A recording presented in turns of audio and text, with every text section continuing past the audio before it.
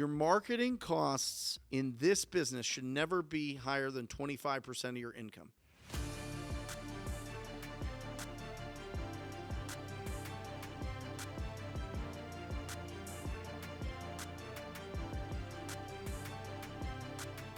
Grab a pad, grab a pen, get ready to take a tremendous amount of notes because I am telling you, I've come prepared today. We're talking about adding 50 deals to your business, and it's broken down into 4 main parts.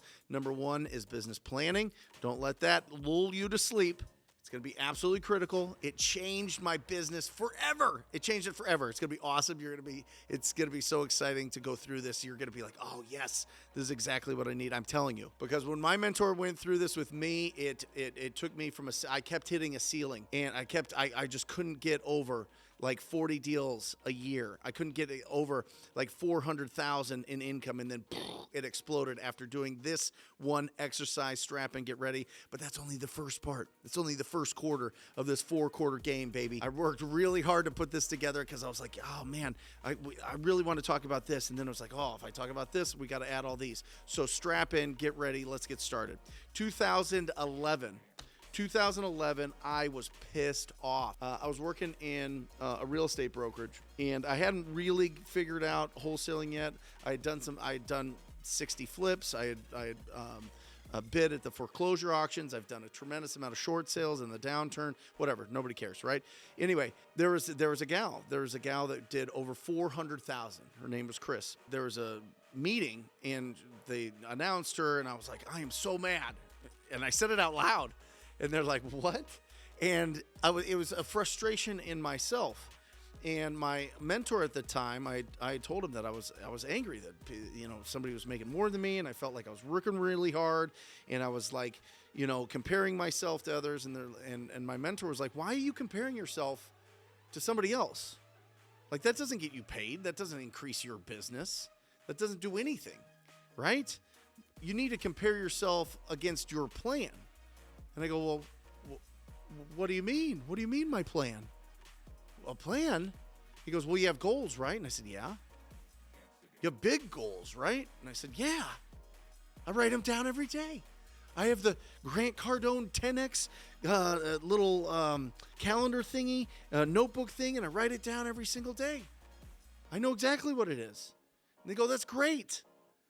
But you need an action plan. You need an actual business plan. I said, what are you talking about? He goes, do you think that Apple has a business plan? I said, yeah. Do you think that American Airlines has a business plan? I said, yeah. Do you think that the Phoenix Suns have a business plan? I said, yeah, probably, yeah. He goes, there's goals, and then there's the way to achieve those goals for the year. So let's put together your business plan. And I was like, oh my gosh, I don't want to do this. This seems like nonsense. He goes, well, do you want to just be on the treadmill every year? Just doing this, having the same amount of income every single year? I said, no. He goes, well, then let's do this exercise. And this is the exact exercise that I'm going to do with you. I've tweaked it for wholesaling, and this is our own.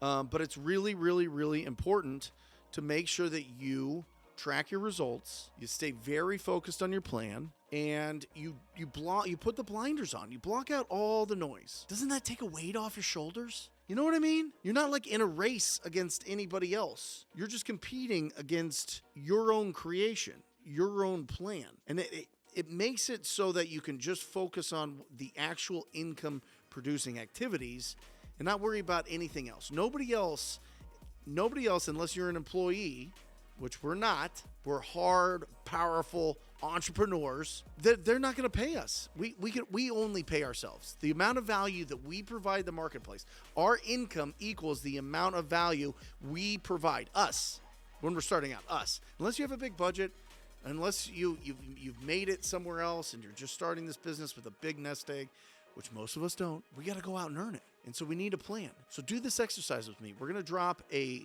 Google Drive link in the comments of this that you can download this.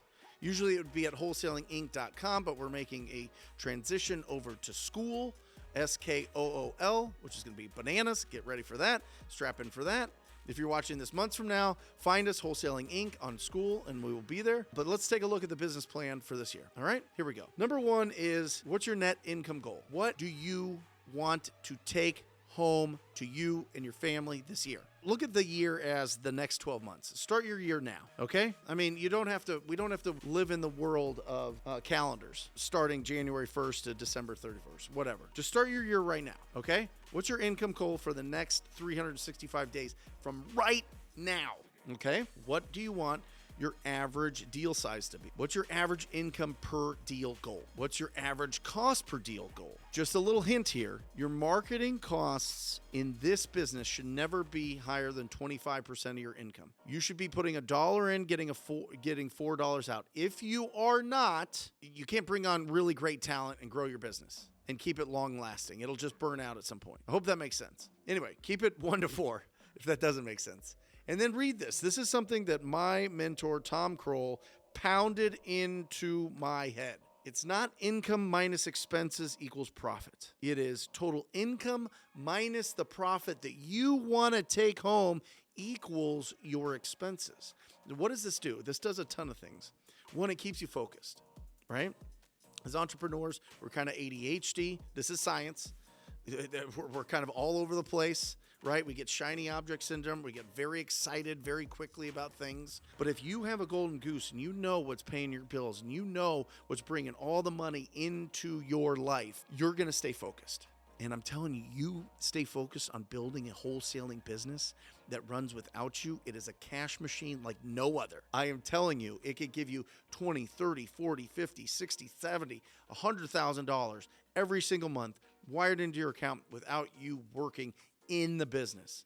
If you follow the plan, if you put profit first, if you keep your expenses from going wild. But what most people do is we get a bunch of money, and because from 0 to 12, we didn't grow up in a wealthy environment where, talking about $10,000 or $100,000 or $1 million was a normal run-of-the-mill conversation at dinner time. We have a financial thermostat that's set lower. And we hit that financial thermostat, and we're like, oh my gosh, I don't deserve this money. Oh my gosh, this is too much. Oh my gosh, I better start investing in my business. That's when I know somebody has a low financial thermostat. They go, well, no, I'm going to just take the profits and invest back into my business. Stop it. Stop. Take the money home. Replace your income first. Get into this business full time. Then start investing in your business. All right? But that's the equation. Total income minus the profit. Make it sexy. Make it something that just punches you in the gut and makes you feel uncomfortable. How much is that? Is it 10,000? Is it 20? Is it 30? Is it 50? Whatever it is. Make sure that it has to be a big, hairy, audacious goal right there for how much profit you want to take home. All right? Now, your business plan is broken down into 6 parts. Number 1 is you're going to recap last year's income. If you're just starting out, you can skip this. You can skip 1 and 2. All right? Next is your deal sources. Where did you find your deals last year? Okay. 3 is your specific goals for this year, income goals for this year. Number 4 is the numbers required to achieve your goals. This is your action plan. 5 is your daily schedule so that you can achieve your action plan. Number 6 is who do you need on your team to achieve that and keep the guardrails up so that you're moving in the right direction and you don't take the long, windy road up the path, right? And who you need to hire so that you can start, really expanding the amount of value your company can provide this year, all right? So look at last year's recap. What was your total income you were paid? How much was your total business income, expenses? How many deals did you put under contract? How many of those closed? Sometimes you're not going to close every deal. That's just a fact. There's going to be situations outside of your control. There's going to be title issues. Sometimes you're going to get the numbers wrong, which shouldn't happen if you're following this channel. By the way, if you're not subscribed to this channel, hit that subscribe button. We come out with unbelievable instruction, not just entertainment every week. Make sure that you join us. We're working really hard to get to 100,000 subscribers. We've been doing this a while. And Luke, my video editor, is like, Brent, you got to tell people to subscribe. So make sure that you subscribe, hit the bell because we do go live. And but if you are, you know that you're not going to close every deal, but you should be closing most of them by following our instruction on this channel. What's your average income per deal? Average hours worked per week, current income pending, present inventory to be sold. Like, what do you have right now that you need to sell? The current income pending means, like, what are you closing in the next 30, 45 days? What do you have to sell? How many days did you work last year? How many total conversations did you have with sellers? How many total offers made? Could you imagine, I know this is going to sound crazy, imagine that you know how many people you need to talk to, have a conversation with, to do a deal. How many people you need to talk to that you then make offers to do a deal. Do you think that you could be better at planning your business and making big investments in your business when the time is right if you know those metrics? Yes. This was my problem. I was just shooting from the hip. I was in hustle season, baby. Captain Hustle. I was out there having conversations, making offers. No, it doesn't matter. I'm a whirling dervish. I'm like the Tasmanian devil doing deals out there. I was going bananas, but I kept hitting the ceiling because I didn't know. I didn't know how many people I needed to talk to. I just knew it was a bunch. But once I figured it out, it made sense. Where are your deals coming from? Or is it from referrals? Now, referrals, I characterize here as just your friends and family or people on social media that know that you buy houses. All right? How many deals did you get from that? How many deals did you get from real estate agents? How many deals did you get from cold calling, property owners? How about text message marketing? How about pay-per-click? How about bandit signs? How about direct mail? How about door knocking? TV and radio? Facebook, and whatever else you did. Write it down. Because if you write it down, you go, okay, listen, I did 8 deals and I made $200,000 making calls. Then you know, okay, wait, what did it cost me to make those calls? What did it cost me for the phone numbers? What did it cost me for the lists? What did it cost me for the technology? Oh, wow, I got a 12-to-1 return on my investment there. That's probably a good thing to continue to do. Or pour more into. This is how we make decisions to get to over 50 deals a year. All right. Next, production goals. What's your production goals? Your total income. This isn't the net income going home. What is your total income? How many deals do you want to do? How many deals do you have to put under contract? And how many of those are actually going to sell? Look at them. Now, if you're just starting out, just assume that you'll close 80%. 80% is a nice one. It puts a 10%. We're at like 90, 92% close ratio of deals we put under contract. Add a little, give yourself a little buffer because maybe your numbers aren't going to be right. Maybe you're going to screw up a couple of them. You know what I mean? So put it 80%, average income per deal, goals per week, goal days worked, conversations, how many conversations, and how many offers do you have to make? Now, if you're wondering my numbers here on the conversations goals, and I don't know if you do, put it in the comment section and I'll fill it out for you and let you know. And that just encourages you to put stuff in the comment section. So it's kind of like I'm fishing a little bit here. So I'll put that stuff in the comments if you guys want to know it. All right. Next, how many leads to appointments do you need to have? What's that ratio? How many leads to offer appointments is what I mean. You could do this business virtually. You could be on your computer. You could be on your phone. You could do it from anywhere. I saw a dude on TikTok. He was doing it from like Bali in a pool. I don't know if he's actually doing it, but it seemed like he was. I mean, you could do it anywhere. We have students in Belgium. We have students in Africa. We have students in Australia. A ton in Israel, Brazil, Mexico, Canada. I mean, you could do it all around the world. It's incredible. You need to have an appointment to make an offer. That's what I mean by appointment. Did you make an offer? An offer appointment. So how many leads do you need to make offers, right?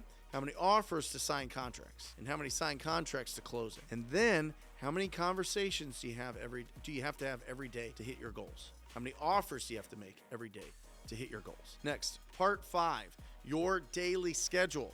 What does it look like? Guys, we have 168 hours every single week, baby. If you sleep full-time and work full-time, you still have 70 hours to figure this out, to put this in. If you're part-time, you got to go 20 hours. Find me 20 hours, baby. Find me 20 hours and you will replace your income and do this business full-time. And I believe you can stay focused for 40 hours and build $1 million business. Without a doubt. I don't believe it. I know it. I've done it. Yes, we're always, as entrepreneurs, thinking about business and doing things. And you know, it's not in this schedule. But in this schedule, what are you doing to have conversations and make offers with property owners? That's it. Of actual work time. Right here. Planning, putting together all your systems, fiddling with technology. It's cool. Leave it to like a half hour a day or something. The real money is made actually providing value. Focus on income producing activities and fill it out. What's your daily schedule going to be? Well, Brent, I can only do this 2 hours after I get off work. Great. Time block. I can only do this Saturdays and Sundays. Great. Time block. I've got it wide open. I could do it all day long. Great.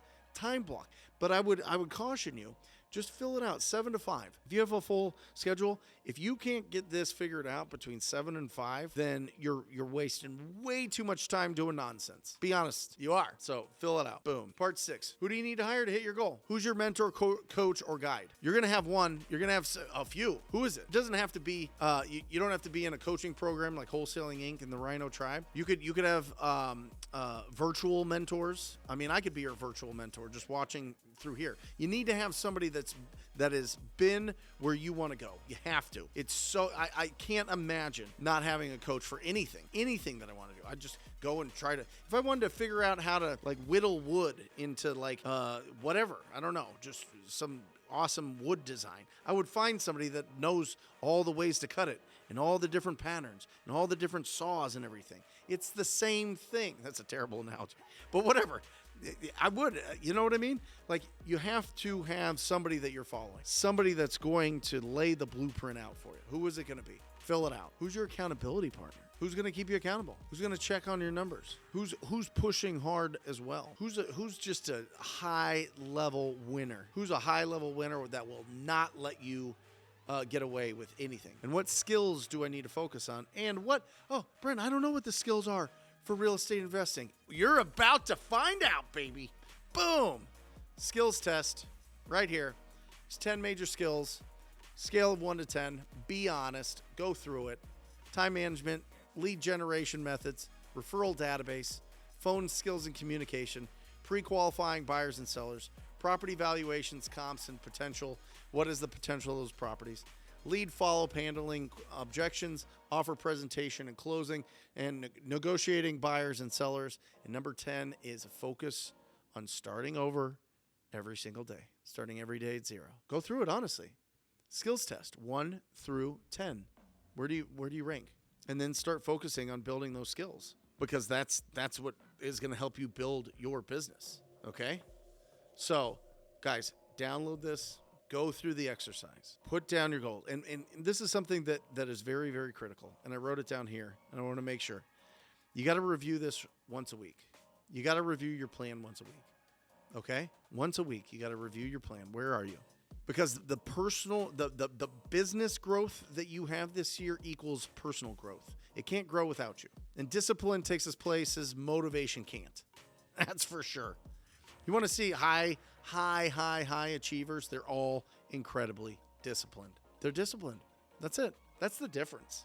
That's the difference in all things. The difference between Kobe Bryant and whatever, some run-of-the-mill Rex Chapman. Let's just say that.